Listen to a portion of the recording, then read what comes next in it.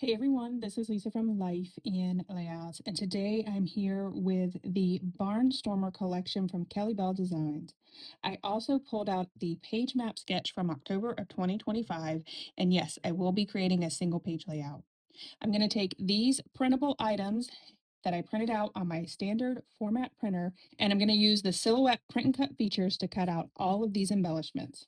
I'm first going to put my embellishments on a new mat to send it over to my Silhouette. And of course, with the new mat, it always is super sticky. I'm going to start out with this single page layout, and I'm going to get 6 photos on the single page layout.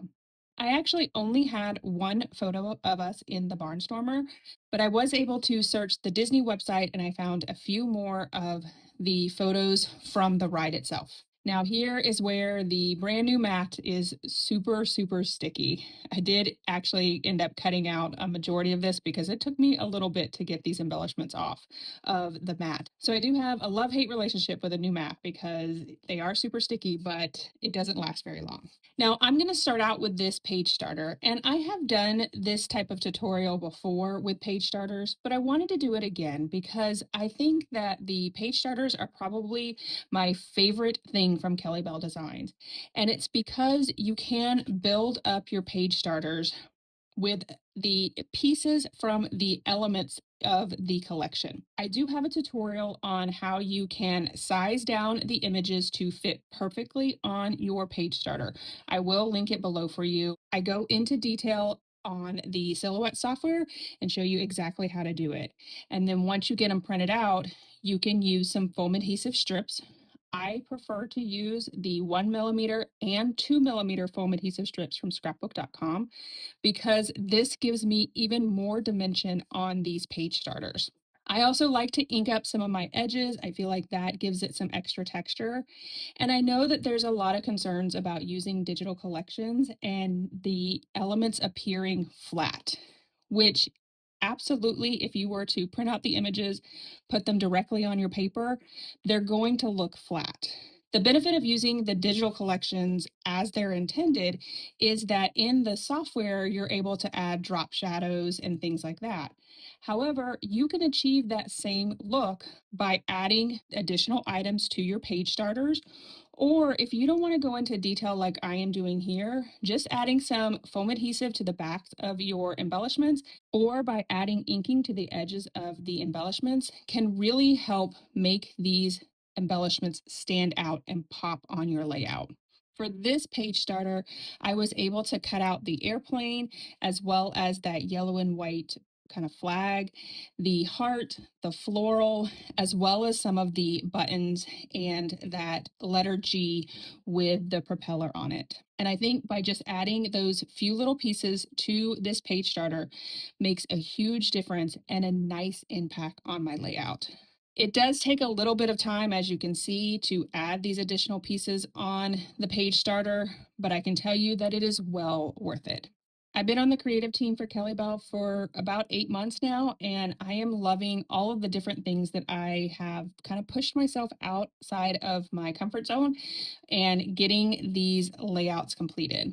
It's really making me think about all of the different photos that I have from Disney World and being a pass holder and getting those layouts documented.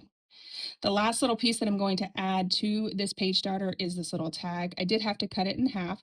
It says the sky's the limit. And I did add 2mm foam adhesive strips for the top one. And then for the bottom one, I added the 1mm foam adhesive strips. And I feel like that just adds so much dimension to even that title piece. I did slow the video down here so that you can kind of see the details and how much by adding just those few little pieces can transform this page starter. It is well worth the time that you put into it. After I laid it down on my mat, I was like, I kind of need a little bling in the middle of that red flower. So I did pull out my red enamel dots and I found a red bling, added that to the flower. But then I thought the airplane could use a little red dot in the center of it as well. So I pulled out another really tiny red bling and added it right to the center of my airplane. And now my page starter is perfect. Now, I've mentioned this before as well, that I do not have a wide format printer, but I'm going to show you how I span that yellow paper as well as the blue and the brown paper, the length of the 12 by 12. When I was printing out the blue paper, I knew that I wanted to have that border strip at the bottom, so I just printed them together. So there is no adhering that little 1/4 inch strip down at the bottom. I did put that brown paper at a 1/2 inch because I knew I was going to be adding that border, so I was going to be cutting off a little bit and I wanted to make sure I had enough of it. So as you can see here, my paper does not expand to the full 12 by 12. But once I ink up the edges, I'm going to ink up the brown at the bottom, and then I'm going to add some yellow to the top. And inking the edges just really helps the paper stand out as well. What I'm going to do is I'm going to use this red, yellow, and blue paper to cover up the hole that I'm about to create so that I can expand the paper to 12 inches. So I cut the yellow and the blue paper off at 1.5 inches, and I'm going to adhere that to the left-hand side of the layout. And then I'm going to take the rest of that paper and adhere it to the right-hand side of the layout. I did have to cut down that blue paper because I knew that I was going to make it a little bit larger. The sketch doesn't call for this paper to go as far to the top and bottom as I made it, but I would rather have more of the background paper showing, so that blue and yellow paper, as opposed to the white cardstock. I do like a little bit of space for my eyes to rest, but I am definitely more of a pattern paper girl and I want lots of pattern papers on my layouts. So that's one way that you can take inspiration from a sketch. You can see where I took inspiration from the sketch here and I made it my own by expanding the papers to the top and the bottom. I did pull out my notebook border punch to give it a little bit of edge at the bottom of that paper as well.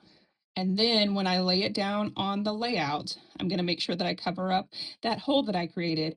But now it looks like the yellow, blue, and brown paper are a full 12 inches. So just because you don't have a wide format printer, don't let that deter you from using digital collections, whether they're Kellybell collections or any of the other digital collections that are out there. By doing hybrid scrapbooking, I have opened the possibilities for myself and I've been able to do a lot more scrapbooking.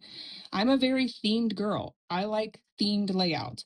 And while I love Simple Stories and Echo Parks for their Disney-esque type collections, there's only so many layouts that I can do in that red, yellow, and black scheme. And I want things that are specific. So as I'm arranging the embellishments, trying to figure out where I want everything, let me just talk a little bit about these photos. This particular week at work was really difficult. And I called up my friend Jen and I was like, hey, do you want to go to Disney with me tonight? It was a Friday evening.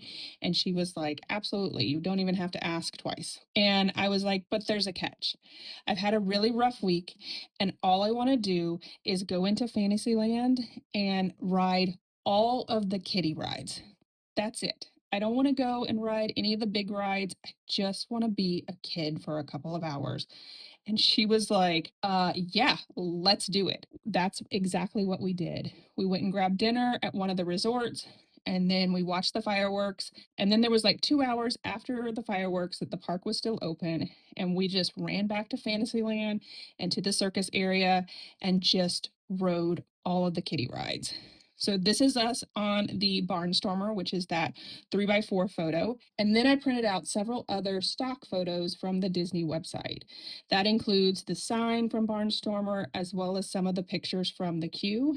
And then I also took a screenshot of the My Disney Experience app, because what I've come to notice recently with a lot of the different closures is that there are things that are being removed from the Disney Experience app, which is understandable. Like Tom Sawyer's Island has already been removed from the app because it's closed down. And I still want that type of stuff in my layouts. So I just printed it at a 2x3 and added it to my layout so I have that memory. I am going to do some stitching on the bottom and top part of the layout. I did that offline and slowed the video down here so that you can see all of that amazing detail.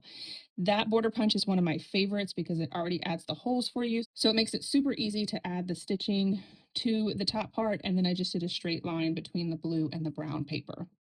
And now I'm going to add my embellishments. The title piece came from the word art, which was a perfect addition to the left-hand side of the layout. I then added this little bullseye that has Goofy on it, and that comes directly from the ride. In the queue, there is a place that has a bullseye, and there is a hole where Goofy has flown through it because he was shot out of a cannon. This is definitely a kiddie ride. It's super small. It's meant for 2 people, but if adults ride it, it's only a 1 person per vehicle because it is kind of small. It doesn't last very long. It reminds me a lot of like a carnival type ride, but it was a perfect way to spend the evening after a crappy week at work. At the top, I added a couple of clouds as well as a tag that says a fun-filled flight and up, up, and away. Both of those pieces do come from the snippets. And then I pulled out my color boxes in yellow, blue, and red, and I added some enamel dots around the layout. This layout came together super quick, mainly because it's a single page layout. So I feel like I can put those together pretty quickly because I'm so used to doing double page layouts. But again, I was able to get 6 photos on this layout, and I plan to do another single page layout that's going to sit right next to it because we also have photos of us on the carousel, which I think is going to play right into this layout. So I will have that layout up very, very soon. All right, that is it for this video. Here is my final layout as well as some close-ups. I hope you guys enjoyed this layout as I reminisced about a crappy week at work and how I made the start of my weekend so much better by just spending some time in the kitty area at Magic Kingdom. All right, if you enjoyed this video, if you wouldn't mind giving me a thumbs up, I would really appreciate it. If you haven't done so already and you want to see more double page layout inspiration, make sure you hit that subscribe button. Thanks everyone for watching, and I hope that you have a scrappy day.